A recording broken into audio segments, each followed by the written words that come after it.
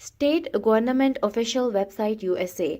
आज की इस वीडियो में हम यूएसए की ऑफिशियल वेबसाइट को डिस्कस करेंगे, जो कि बिजनेस की एस्टैब्लिशमेंट और मैनेजमेंट के लिए बहुत ज़रूरी है। हम मुदर्जा झेल टॉपिक्स को डिस्कस करेंगे। डायरेक्ट लाइन ऑफ बिजनेस क्या है, फेडरल बिजनेस रेस्क्यूज कौन कौन से हैं, और एज ए बिजनेसमैन इन्हें आप कैसे अवेल कर सकते हैं। वर्चुअल असिस्टेंट क्या है। तो तफसील से समझने के लिए आइए शुरू करते हैं। स्टेट गवर्नमेंट और स्टेट गवर्नमेंट के अंदर से हम लोगों ने बिजनेस के ऊपर डिस्कस करना था कि बिजनेस के ऊपर क्या प्रायोरिटीज या क्या बिड्स वगैरह वो आपको शो करवा देते हैं उनकी यूएस के साइट पे। सबसे पहले वहाँ पे 3 पोर्शन है, उसमें सबसे पहला पोर्शन आता है डायरेक्ट लाइन ऑफ बिजनेस। अब डायरेक्ट लाइन ऑफ बिजनेस कैसे यूएस के इन्वेस्टर्स को, यूएस के स्मॉल बिजनेस को हेल्प करता है, वो हम यहाँ पे देखेंगे। कि डायरेक्ट लाइन ऑफ बिजनेस का मतलब ये है कि उन्होंने डायरेक्टली इन्वेस्टर्स या इकोनॉमिकल जो कमर्शियल एक्सपर्ट्स हैं उनके साथ उनकी डीलिंग्स होती हैं, जिसमें 260 एम्बेसीज या 190 कंट्रीज उसमें इन्वॉल्व हैं। वो ऑनलाइन आपके साथ अपनी बिड्स वगैरह शेयर करते हैं, like through webinars, conference calls, और वो यूएस की गवर्नमेंट को ऑफिशियल सेंड करते हैं, जिसकी वजह से वो अपने बिजनेसेस को ऐसे हेल्प करते हैं यूएस में। डायरेक्ट लाइन ऑफ बिजनेस का यही मतलब है कि उन्होंने डायरेक्टली आपके वो कनेक्टेड है थ्रू एम्बेसीज और कंट्रीज के साथ, उनके मार्केटर्स के साथ, जिससे वो आपको सिर्फ ऑनलाइन कॉन्फ्रेंसेस के थ्रू, गवर्नमेंट ऑफिशियल्स के थ्रू, इमर्जिंग सेक्टर्स के थ्रू आपको अपने बिड्स वगैरह, आपके कॉन्ट्रैक्ट शो करते हैं, जिस वजह से आप उसमें आप पार्टिसिपेट करते हैं, इधर यूएस को वो हायर कर लेते हैं बिजनेस को। नेक्स्ट आप फेडरल बिजनेस रिसोर्सेज, यानी अगर फेडरली वहाँ पे स्टेट्स या इस तरह की चीज़ों में आपको बिजनेस कैसे हेल्प किया जाता है, तो वो हम यहाँ पे स्टडी करेंगे। सबसे पहले आता है कॉन्ट्रैक्ट अपॉर्चुनिटीज। फेडरल बिजनेस का मतलब है कि जो उनके लोकल बिजनेसेस को है वो किस तरह वहाँ पे फायदा पहुंचा रहे थे। तो सबसे पहले आता था कॉन्ट्रैक्ट अपॉर्चुनिटीज। कॉन्ट्रैक्ट अपॉर्चुनिटीज का मतलब है कि उनकी जो साइट है वहाँ पे वो ऑफिशियल कॉन्ट्रैक्ट अपलोड होते हैं। जो द वन जो उसमें इंटरेस्टेड होते हैं, उन्होंने सिर्फ से वहाँ पे पहले लॉग इन होना होता है ना, अपनी आईडीज के साथ, एजेंसीज नेम के साथ, कीवर्ड्स के साथ। जस्ट वहाँ पे उन्होंने कॉन्टैक्ट को लेना है और वहाँ पे जाके कॉन्टैक्ट के साथ डायरेक्ट लिंक हो जाता है, जिससे वो आपको हेल्प कर देते हैं in order getting the contracts और bids. The next one is a report intellectual property. Report intellectual property इस तरह से एक आपके पास थ्रेट हो या फिर क्रिमिनल कोई वर्क हो रहा हो, यानी आपके पेटेंट्स के साथ या आपके ट्रेड नाम को गलत तरह से इस्तेमाल किया जाए, तो वहाँ पे ये भी आपको अलाउ करती है फेडरल गवर्नमेंट कि आप वहाँ पे उसे रिपोर्ट कर सकते हैं। एनी तरह की वायलेशन जो कि यहाँ पे इंटेलेक्चुअल प्रॉपर्टीज के साथ इन्वॉल्व हो रही होगी, तो किसी भी तरह का एजेंट्स वगैरह, तो आप आईपीआर सेंटर्स है जहाँ पे आप पर्सनली फाइल कर सकते हैं, जो कि इन्वेस्टिगेट करेंगे और क्रिमिनल ऑर्गेनाइजेशन के लिए इन्वॉल्व होते हैं। नेक्स्ट वन ये ट्रेड क्राइम्स। इसी तरह यहाँ पे जब हम लोग बात करेंगे ना फेडरल के अंदर, तो फेडरल के अंदर क्राइम्स का रेशियो जरा ज्यादा है, जिसके लिए उन्होंने सेपरेट वहाँ पे एजेंसीज वगैरह बनाई हुई है, जिसमें होमलैंड सिक्योरिटीज आती हैं, साथ में यूएस इमिग्रेंट या कस्टम इन्फोर्समेंट आती हैं, जो कि आपको बेसिकली फ्रॉड्स वगैरह को चेक कर रहे थे। जिस तरह हमने अभी इंटेलेक्चुअल प्रॉपर्टी के बारे में पढ़ा, हम आगे डिस्कस भी करेंगे कि इंटेलेक्चुअल प्रॉपर्टीज में क्या क्या इन्वॉल्व आता है, जो क्रिमिनल इन्वेस्टिगेशन के अंदर फॉल कर जाते हैं। और उनके लिए जो जो सेंटर्स वहाँ पे इन्वॉल्व हो रहे हैं ट्रेड क्राइम्स में, तो वहाँ पे होमलैंड सिक्योरिटी होता है, वहाँ पे आईसी होता है, जैसे कस्टम इन्फोर्समेंट वगैरह इमिग्रेशन के साथ होता है, साथ में बॉर्डर प्रोटेक्शन वाले होते हैं। वहाँ पे सर कमर्शियल फ्रॉड या फॉल्स स्टेटमेंट्स आपके साथ जो भी डील कर रहा होगा वहाँ पे, ये सारे के सारे इनकी जुरिस्डिक्शन में आते हैं। ये हमारे पास एक सैंपल था कि अगर कोई इंटेलेक्चुअल प्रॉपर्टी आपके साथ कोई किसी भी तरह से आपको थ्रेफ्ट हुआ है या फिर आपके साथ किसी भी तरह से कुछ गलत हो रहा है, तो ये टाइप की वहाँ पे एक रिपोर्ट जनरेट होती है, जो कि आप वहाँ पे सबमिट होती है, आपको आपको दी जाती है कि अच्छा ये मसला था। The next one global trade investigation division. अब ऑब्वियसली जब हमारे पास ग्लोबली हम लोग इन्वेस्टिगेशन वगैरह कर रहे हैं, ग्लोबली ट्रेड है, तो उसमें भी हो सकता है आपके साथ कोई फ्रॉड वगैरह या भी हो, तो उसके लिए भी होमलैंड सिक्योरिटीज और बॉर्डरिंग वहाँ पे इन्वॉल्व कहते हैं। वो सिर्फ और सिर्फ अपने नेशन के सिटीजन की इंडस्ट्री को और उनकी जो ट्रांजेक्शन वगैरह होंगी उन्हें सेव करने के लिए वहाँ पे इन कंट्रोल्स को चेक करते हैं। इंपोर्ट एक्सपोर्ट के अंदर जो जो इन्वॉल्व होगा वो इस तरह होमलैंड सिक्योरिटीज की जुरिस्डिक्शन में आता है। आईपीआर सेंटर्स का, आईपीआर सेंटर्स क्या होता है? IPR centre basically United state government के साथ खड़े होते हैं। इसका मतलब है कि आपकी इंटेलेक्चुअल प्रॉपर्टीज या इन्फोर्समेंट को सेव कर रहे थे। इंटरनेशनल ट्रेड लॉस जो भी होते हैं उनकी सेफ गार्डिंग के लिए आईपीआर सेंटर्स बनाए गए हैं। सीपीआई यूनिट को काउंटर पॉलिफिकेशन इन्वेस्टिगेशन करते हैं, जो कि बेसिकली आपके नेटवर्क्स, टेररिस्ट ग्रुप्स या हॉस्टाइल नेशन जो इलीगली ऑब्टेन होता है ना यूनाइटेड स्टेट्स में, मिलिट्री प्रोडक्ट्स किसी भी तरह से, जब आपने इलीगली तरीके से वहाँ पे या तो रिजाइड है या किसी भी तरह से आप डुअल यूज कर रहे हैं टेक्नोलॉजीज का, वेपन्स का, मैस डिस्ट्रक्शन की जब भी बात आएगी, तो वहाँ पे सीपीआई यूनिट्स उनको डील करेंगे। Next one E2C2। इसका मतलब ये था कि एक्सपोर्ट इन्फोर्समेंट और कोऑर्डिनेशन सेंटर्स। ये बेसिकली मल्टी एजेंसी सेंटर है, जो कि प्राइमरी गवर्नमेंट एंटिटी है, जो कि सिर्फ इंटेलिजेंस रिलेटेड या आपको इन्फॉर्मेशन एक्सचेंज करने में हेल्प कर रही होती है। द नेक्स्ट वन एजेंसी जो हमारे फेडरल हमारे सेफ्टी के लिए दे रहा होता है वो होता है ओवरसीज सिक्योरिटी एडवाइजरी काउंसिल, जिसे ओसैक भी कहते हैं।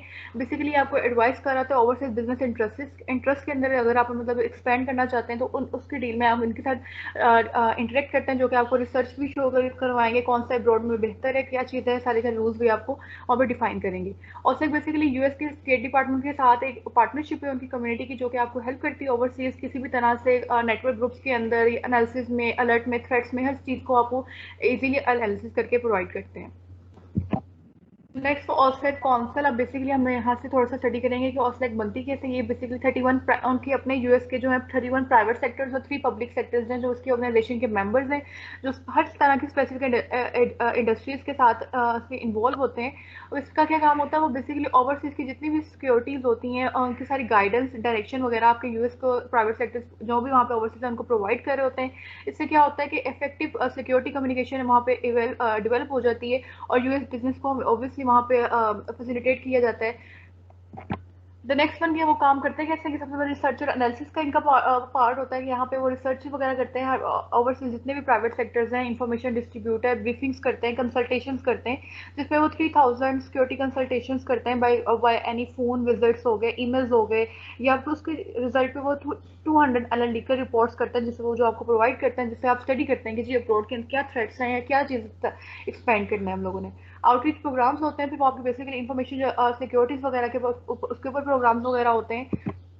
कंट्री चैप्टर्स होते हैं, यानी कंट्री चैप्टर्स का मतलब होता है कि उनकी पार्टनरशिप किन किन कंट्रीज के साथ हैं। ओवरसीज के 142 लोकेशन के साथ उनकी डिप्लोमेटिक मिशन होते हैं, प्राइवेट सेक्टर ऑर्गेनाइजेशन उनके साथ इन्वॉल्व है, जिसके लिए फायदा हो जाता है कि आपकी एम्बेसीज वगैरह, सिक्योरिटी ऑफिस इनके साथ इन्वॉल्व होते हैं, जिसके बेहतर आपका एनालिसिस हो सकता है। और सर की ओरिजिनल कमिटीज वो बेसिकली ये कि through any Africa, Europe, Latin America के अगर वहाँ से कोई मेंबर इनके साथ एंगेज करना चाहे तो वो भी सिक्योरिटी डिस्कशन को डिस्कस कर सकता है। ग्लोबल थ्रेट वार्निंग का मतलब यही आ जाता है कि जब उन्होंने रिलेशनशिप्स अक्रॉस इंटेलिजेंस कम्युनिटीज होती हैं उनके साथ जब डील करना होता है, या ग्लोबली किसी भी तरह का थ्रेट, हमने जिस तरह अभी पीछे स्टडी किया था, like any time mass destruction आ गई या फिर हमारे पास टेररिज्म आ गया थ्रेट, इस तरह को यूएस गवर्नमेंट को जब इन्वॉल्व होता है तो वहाँ पर ग्लोबल थ्रेट वार्निंग की कंपेन्स होती हैं जो वहाँ पे चलती हैं। द नेक्स्ट वन इज कि डिफेंस ट्रेड कंट्रोल क्या होता है। डिफेंस ट्रेड को बेसिकली आपकी रेगुलेशंस को डिफाइन कर रहा होता है, एक्सपोर्ट या गुड सर्विसेज के अंदर आपको हेल्प कर रहा होता है।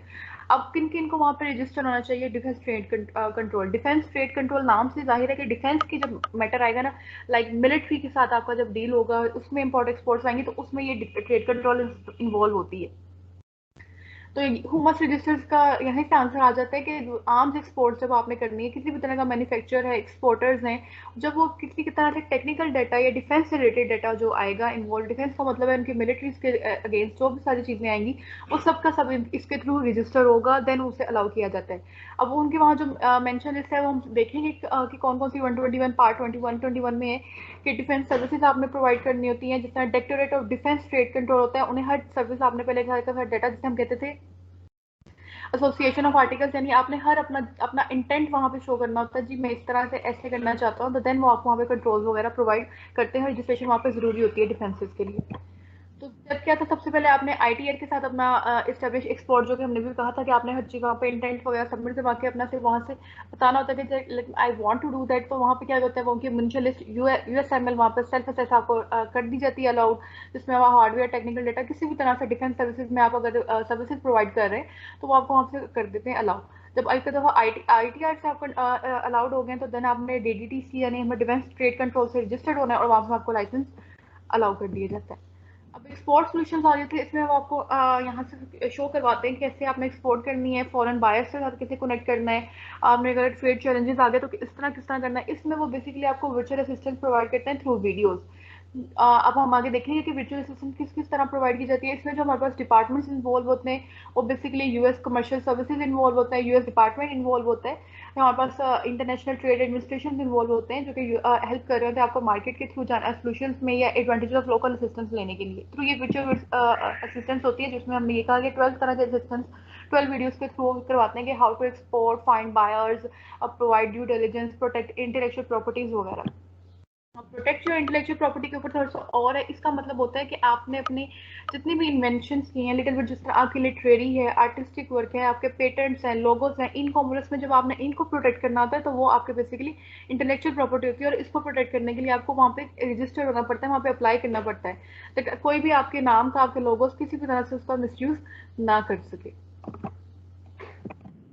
How to protect your IP, यानी आपने हमें कहा था कि इसकी कॉपीराइट्स आप कैसे अलाउ करते हैं, यानी अथॉरिटी। तो वो बेसिकली ये होता है कि आपने सबसे पहले अपना इंटेलेक्चुअल प्रॉपर्टी के यूनाइटेड स्टेट्स में फाइल करना होता है। जो स्टेट्स होती हैं, बार एसोसिएशन, वो रिकमेंड एक्सपीरियंस लाइसेंस के लिए हाई करने पड़ते हैं। देन आप क्या करते हैं, जब आपने वहाँ पे फर्स्ट इन्वेंटर कर दिया है तो फाइल प्रोटेक्शन आप कंट्रीज, अब अगर किसी और कंट्री में आप बिजनेस करना चाहते हैं, वांट टू गो एक्सपैंड करना चाहते हैं, तो आप वहाँ पे भी फाइल करते हैं अपने आईपी प्रोटेक्ट करने के लिए फाइल्स, और जिस तरह से कंट्रीज की प्रोटेक्शन भी आपको मिल जाती है। और अगर आप as a nation free trade agreements है यूएस के साथ आपके, तो फिर आपने वहाँ पे हर स्टेट के साथ भी आपको रजिस्टर करना पड़ता है अगर आप स्टेट्स में करना चाहें। और अगर आप सिंपल किसी भी यूरोपियन यूनियन के हैं तो देन आपको सिर्फ और सिर्फ एक दफ़ा यूएस में सबमिट करवाना, तो फिर इंडिविजुअल स्टेट्स में आपको नहीं जाना पड़ता। Work with US set, work with उनकी एक फेडरल है यूएस सेट का, आपको जैसे ही पता है वहाँ पे यूएस एड्स करता है, आपकी अपनी आपके बिजनेस को ऐड कर सकते हैं, किसी भी तरह की एड जब वो देना प्रोवाइड करें तो वो उनके इस थ्रू से करते हैं। इसमें उनके पास नंबर्स ऑफ पार्टनरशिप्स होते हैं जिसके वो सस्टेनेबल यूनिट्स ग्लोबल चैलेंजेस को एक्वाइज होते हैं, तो वो उनको पार्टनरशिप ऑल साइड सिटीजन होते हैं जिनमें से वो किसी भी तरह से आपकी हेल्प कर सकते हैं। द नेक्स्ट है यू, उनके पार्टनर्स होते हैं। अब ये सिंपल रिसोर्सेज थे कि उनके पार्टनर्स किस तरह से होते हैं, वो किस तरह से हमारी सर्विसेज प्रोवाइड कर रहे होते हैं। यूएसएड पार्टनर्स होते हैं, वो सारे के सारे आपको प्रोवाइड, उनकी लिंक होता है यूएसएस पेंडिंग और गवर्नमेंट, जिसके ऊपर उनके सारे लिंक्स होते हैं कौन कौन सी कंट्रीज उनके पार्टनर्स है, कौन कौन से उनके रिसेंट अवार्ड्स वगैरह है। कंप्लाइंस होता है, कंप्लाइंस डिवीजन का मतलब है कि वो रिपोर्टिंग वगैरह में आपको हेल्प कर रहे होते हैं किसी भी तरह से, to build a free peaceful prosperous world, उसके लिए वो आपको हेल्प कर रहे होते हैं। फॉरेन असिस्टेंस होती है इनके थ्रू।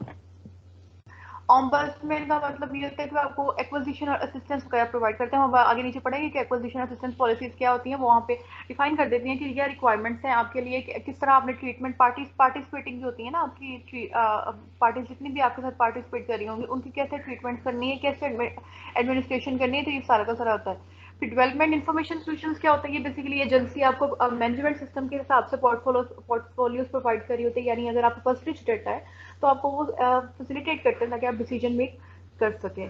प्रोक्यूटमेंट एग्जेक्टिव बोल टाइम्स का मतलब होता है वो यूएसएड को नोटिस करता है कि कॉन्ट्रैक्टिंग एग्रीमेंट्स कौन कौन से ऑफिसर्स के साथ चल रहे हैं, जनरल गाइडेंस वगैरह आपको प्रोवाइड की जाती है। The third one was doing business with state. Obviously सबसे पहले हमने पढ़ा कि ऑन डायरेक्ट बिजनेस है, यानी हमने डायरेक्ट एम्बेसीज के साथ डील कर लेना है, डायरेक्ट कंट्रीज आपको वहाँ पे अलाउ करती हैं, आप काम कर लेते हैं। अगर आप डायरेक्ट नहीं जाते तो आप फेडरल के पास जाते हैं। फेडरल में तरह तरह से उन्होंने आपको बताया कि जब आपको इस तरह सर्विस प्रोवाइड करते हैं यूएसएड के थ्रू प्रोवाइड करेंगे या किसी भी तरह से उनके डिफरेंट डिपार्टमेंट्स की तरह करते हैं। The third one was doing business with state. अगर स्टेट्स के साथ बात करेंगे तो स्टेट्स में कौन कौन से डिपार्टमेंट्स इन्वॉल्व होते हैं, वो ये थे। डेवलपमेंट ऑफ स्टेट स्पीकर, यानी अगर आप चाहते हैं कि आपके भी यहाँ पे कोई स्टेट का बंदा बोल ले तो आप तब इस डिपार्टमेंट से डील करते हैं। Office of official business affairs, यानी अगर आपने अब्रॉड के बिजनेस के साथ एंगेज करना है, किसी भी तरह कंडक्ट करना है बिजनेस इन अब्रॉड, तो आप सिर्फ इस बिजनेस इस कमर्शियल बिजनेस डिपार्टमेंट के साथ डील करते हैं। डिवीजन फॉर ट्रेड पॉलिसी या निगोसिएशन, अगर आपने अपने पार्टनर्स के साथ ओपन न्यू मार्केट्स में या डिजोल्व करने ट्रेड्स को, एग्रीकल्चर वगैरह इन्वर्शन होती है तो इसमें डील होती है। प्रोक्यूटमेंट एग्जेक्टिव क्या कहते हैं, आपके मिशन को बेसिकली आपके कंडक्ट को एक्विजिशन और सर्विसेज वगैरह को सपोर्ट कर रहा होता है। साथ में हमारे पास ग्लोबल पार्टनरशिप होते हैं, यानी ये आपको फाइंड क्रिएटिव सस्टेनेबल सॉल्यूशंस के लिए वहाँ पर डिप्लोमेसी के लिए हेल्प कर रहे होते हैं। हमने इस वीडियो में इंतहाई अहम मालूमात शेयर की हैं। इसके अलावा हम बिजनेस कंसल्टेंसी और वर्चुअल सर्विसेज भी ऑफर करते हैं। हम 8 मुल्कों में काम करते हैं और बिजनेस की बुनियाद रखने से लेकर लीड जनरेट करने तक के सफ़र में आपके साथ साथ रहते हैं। मज़ीद मालूमात के लिए आप हमारी वेबसाइट भी विजिट कर सकते हैं www.pefconsulting.com या व्हाट्सएप कर सकते हैं 00971 565 499 494 या ईमेल कर सकते हैं info@pefconsulting.com। हमारी टीम जल्द ही आपसे राब्ता करेगी।